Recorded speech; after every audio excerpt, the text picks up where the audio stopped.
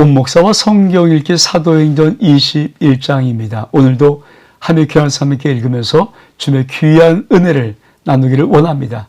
사도행전 21장 함께 읽겠습니다. 사도행전 21장 바울이 예루살렘으로 가다. 우리 같이 읽겠습니다. 우리가 그들을 작별하고 배를 타고 바로 곳으로 가서 이튿날 로도에 이르러 거기서부터 바다로 가서 베니게로 건너가는 배를 만나서 타고 가다가 구브로를 바라보고 이를 왼편에 두고 수리아로 항해하여 두로에 상륙하니 거기서 배의 짐을 풀려함이라. 제자들을 찾아 거기서 이레를 머물더니 두로에서 머물다. 두로. 그 제자들이 성령의 감동으로 바울더러 예루살렘에 들어가지 말라 하더라. 이 여러 날을 지낸 후에 우리가 떠나갈새 그들이 다 그 처자와 함께 성문 밖까지 전송하거늘 우리가 바닷가에서 무릎을 꿇어 기도하고 서로 작별한 후에 우리는 배에 오르고 그들은 집으로 돌아가니라. 이제 마지막 3차 전도 여행을 이제 마치면서 예루살렘으로 가는 길입니다. 근데 지명이 어디 있는가를 좀 우리가 보기를 원합니다. 자, 배를 타고 가는데 배의 방향은 어디입니까? 자, 로도에 이르렀고 베니게로 가는 배를 타고 갑니다. 그리고 구브로를 바라보고 이를 왼편에 두고 수리아로 향하는데 어디에서? 두로에서 상륙하고 거기서 7일을 머물었다. 자, 이 부분을 우리가 지도를 보면서 한번 좀 보기를 원합니다.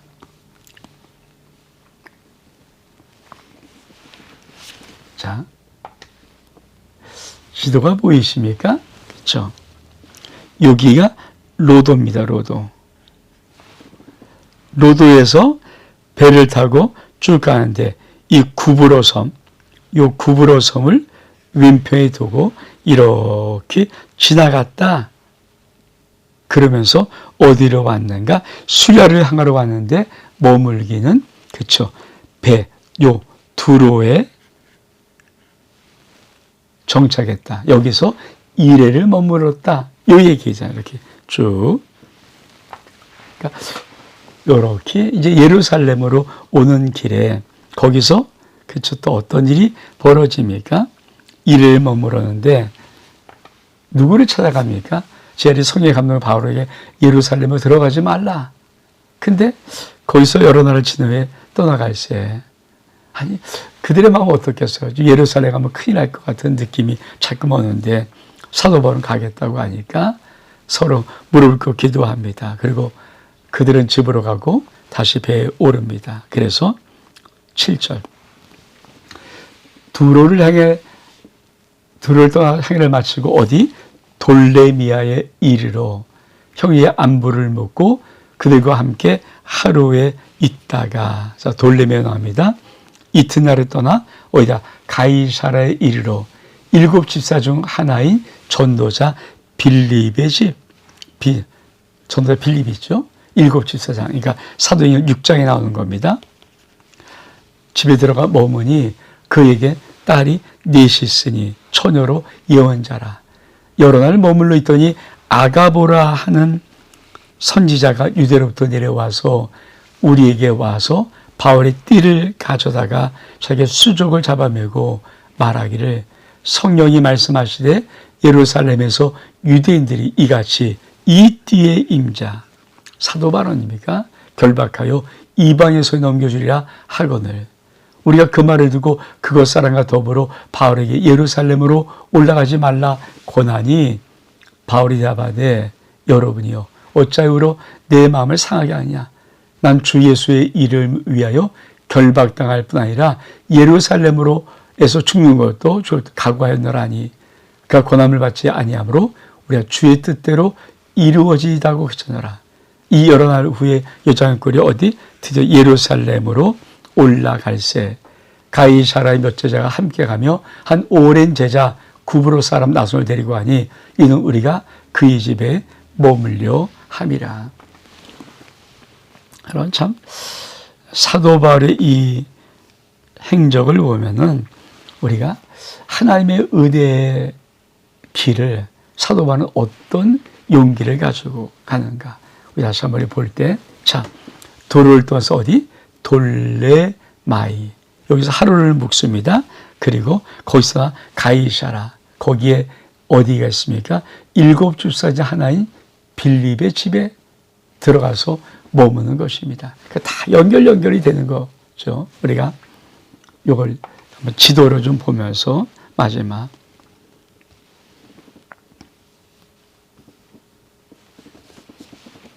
자, 예루살렘, 여기가 예루살렘 가는데, 자, 도로를 떠나서 어디? 돌레마이. 그렇죠. 돌레마이. 그리고 거기서 여기가 가이사라. 돌레마이에서 하루를 묵고 가이사라 뭡니까? 빌립 집사. 이 집에 머무는 거예요. 여기까지. 자, 여러분. 여기서 어떤 일이 있습니까? 한 선지자가 와서 말합니다. 근데 아가보라는 선지자가 유대에서부터 옵니다. 그러면서 뭐라고 말합니까? 바울이 띠를 가져다가 자기 수족을 잡아보고 하는 말이, 예루살렘에서 유대인들이 이 띠의 임자를 결박하여 이방의 손에 넘겨주리라. 그런 말을 들으니까 어떻게 합니까? 사실 깜짝 놀라서, 바울 선생이요, 예루살렘으로 올라가지 마십시오. 그때 바울이 뭐라고 말하는가? 여러분이 어쩌고 내 마음 상하냐? 난 주 예수의 이름을 위하여 결박당할 뿐 아니라 예루살렘에서 죽을 것도 각오하였다. 그리고 나 올라가겠다 그러니까 그들이 주의 뜻대로 이루어지다. 그리고 드디어 예루살렘으로 올라갑니다. 여러분, 우리는 여기서 신앙이 무엇인가, 신앙의 결단이 무엇을 말하는가. 지금 이 예루살렘에 가는 길에 이미 사도 바울의 마음속에도 예루살렘에는 환난과 결박이 너를 기다린다. 여러분, 사도 바울이 1차 전도여행, 2차 전도여행, 3차 전도여행을 쉽게 간 거 아니잖아요. 많이 매맞고 마음이 두드려 맞고, 그리고 그렇죠, 복음을 전하면서 그 긴 시간 동안 그 먼 거리를, 그리고 복음을 전해 갔으면 마지막에 다 3차까지 마치고 돌아갈 때는 예루살렘에서 평안한 안식이, 평안한 하루가 이렇게 기다려야 돼 맞지 않습니까? 근데 하나님이 사도 바울의 그 앞에다가 환난과 결박이 너를 기다린다. 성경에서 감동하는 거죠. 반드시 이 일이 일어날 거 아닙니까? 왜? 성경에서 말씀하시니까. 사도 바울아, 너 이 앞에, 예루살렘 그 앞에 환난과 결박이 기다린다. 그래도 가겠니?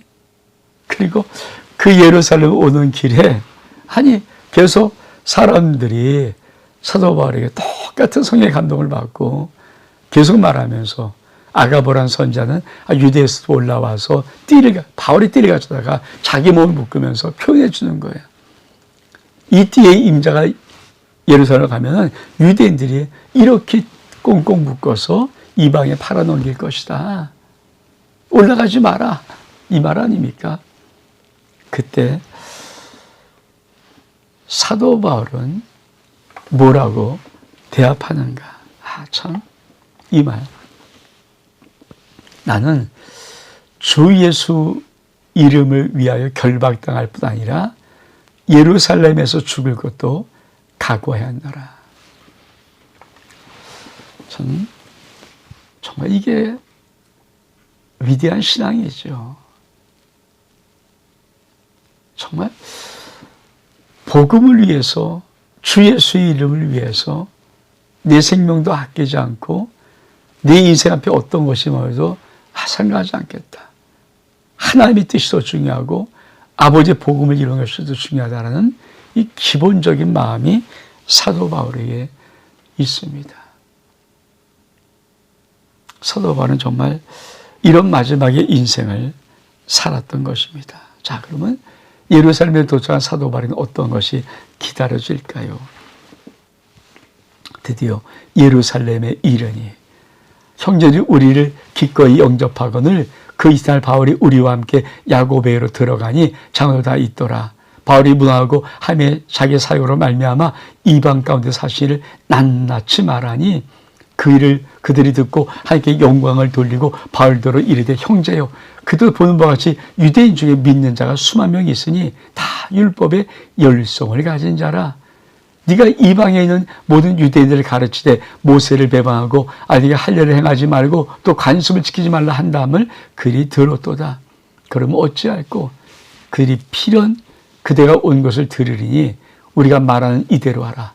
선한 네 사람이 우리에게 있으니 그들을 데리고 함께 결례를 행하고 그들을 위하여 비용을 내어 머리를 깎게 하라. 그리고 모든 사람이 그대에게 들은 것이 사실이 아니고 그도 율법을 지켜 행하는 줄을 알 것이라. 주를 믿는 이방인에게는 우리가 우상의 제물과 피와 목매어 죽인 것과 음행을 피할 것을 결의하고 편지하니라 하니 바울이 이 사람을 데리고 이튿날 그들과 함께 결례를 행하고 성전에 들어가사 각 사람을 위하여 제사를 드릴 때까지 결례가 만기된 것을 신고하니라. 그러니까 이미 사도 바울이 오면서 예루살렘의 유대인 분위기도 심성한데 이 당시 여러분, 그러니까 예수를 믿는다고 하는 분들이 유대인에 수만 명이 있어요. 근데 이들이 또 무엇 가침이냐면 구약의 율법을 철두철미하게 지켜 믿는 자들인데 사도 바울은 그렇죠. 할례 받지 않아도 된다. 막 이런 식으로 나가니까 이들의 마음에 부담스러운 거예요. 이게 말해야 되지 않느냐. 왜 모세를 그렇게 구약을 없애냐. 그러니까 어쩌면 진 같은 어떤 신학적인 갈등 이런 것들이 있는 거죠. 지금도 사실 그렇죠. 장로의 감리교가 다르고 있고 아주 교리가 다르잖아요. 그러니까 서로 또 성경을 보면 해석이 다르기도 하고 하도 교파마다 교단마다 또 교회마다 약간 생각이 다른데 그런 것을 어떻게 일치시켜 나갈 수 있을 것인가. 그래서 그리스도인에게 뭐라고 합니까? 바울, 당신도 율법을 잘 지키는 사람이다. 그러니까 네 사람을 데려와서 결례 예식을 행하고 머리를 깎고 그리고 정결 예식이죠. 그러니까 사람들에게 하나님께 나가기 전에 정결 예식을 일주일 하는데 그것을 좀 하면 좋지 않겠는가. 그게 바울이 그러자 하고 이제 하는 거예요. 근데 그렇다고 하나님이 그 앞에 놓았던 환난과 결박이 해소됩니까? 아니죠. 그렇죠? 성경은 27절에 그 이래가 거의 참에 아시아로부터 어딘지 아시겠죠? 그렇죠. 이번 지도 좀 볼까요? 자, 지도 좀 보고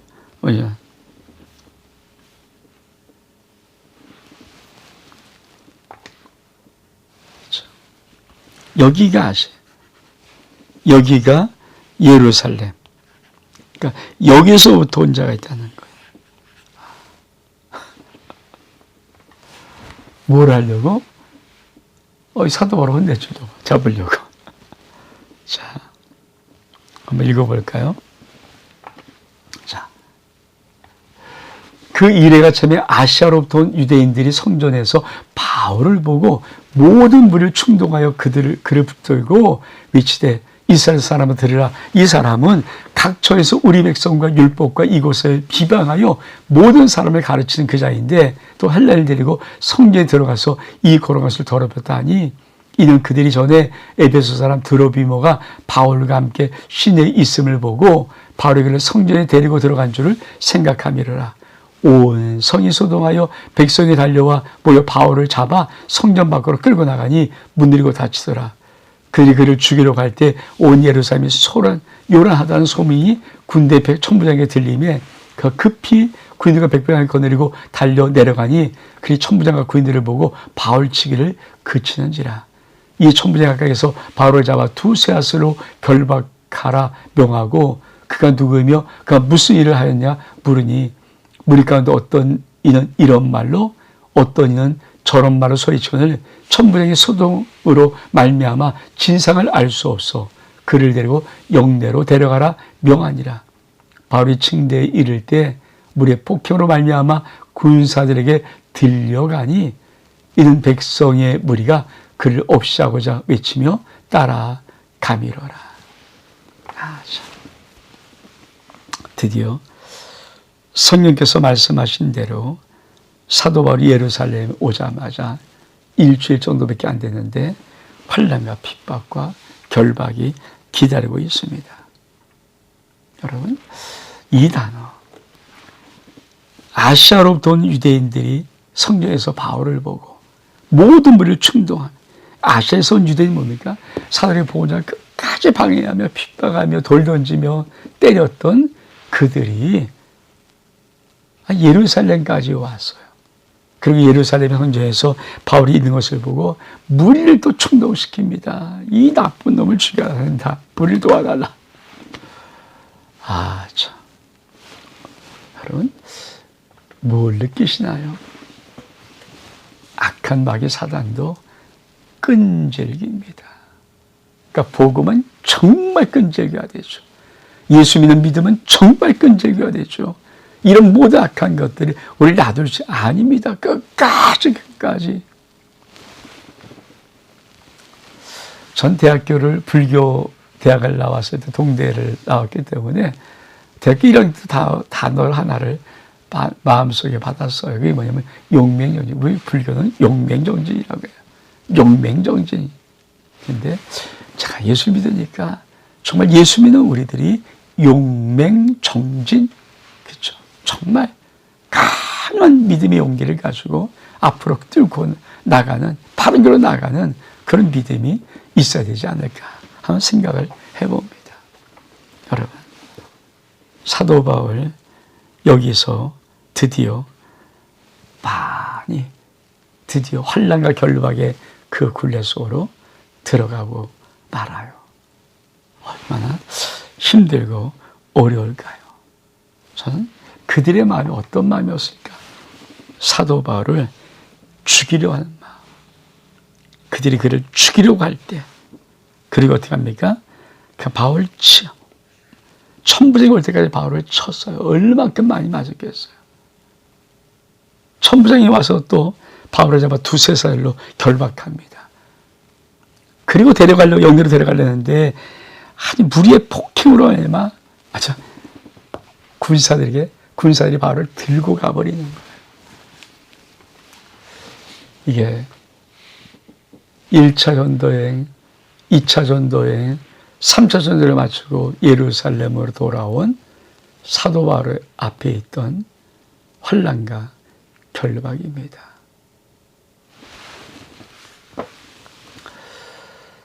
왜 사도 바울인가? 왜 초대교회 강한 예수 이름을 붙잡은 사람들이, 성령을 받은 사람들이 왜 어떤 굴복, 어떤 결박, 어떤 환난에도 굽히지 않았는가? 그게 복음의 능력이고 복음의 권능입니다. 오늘 어쩌면 복음이 약해진 그런 시대에 살고 있지 않을까? 어떤 한 분이 이렇게 외치는 말을 들었습니다. 여러분, 요새 20대 젊은이들에게 무슨 말하면 왜요? 왜 그래야 돼요? 안 돼요? 이렇게 말한다는 거예요. 근데 그들이 복음의 진정한 맛을 알고 복음을 진정 받아들이면 그들의 인생이 바뀐다는 것입니다. 그러면서 지금 마지막 시대에 정말 많은 사람이 믿을 것 같지 않지만 정말 교회는 순수한 복음을 전해야 된다. 전 그 외침에 동의를 합니다.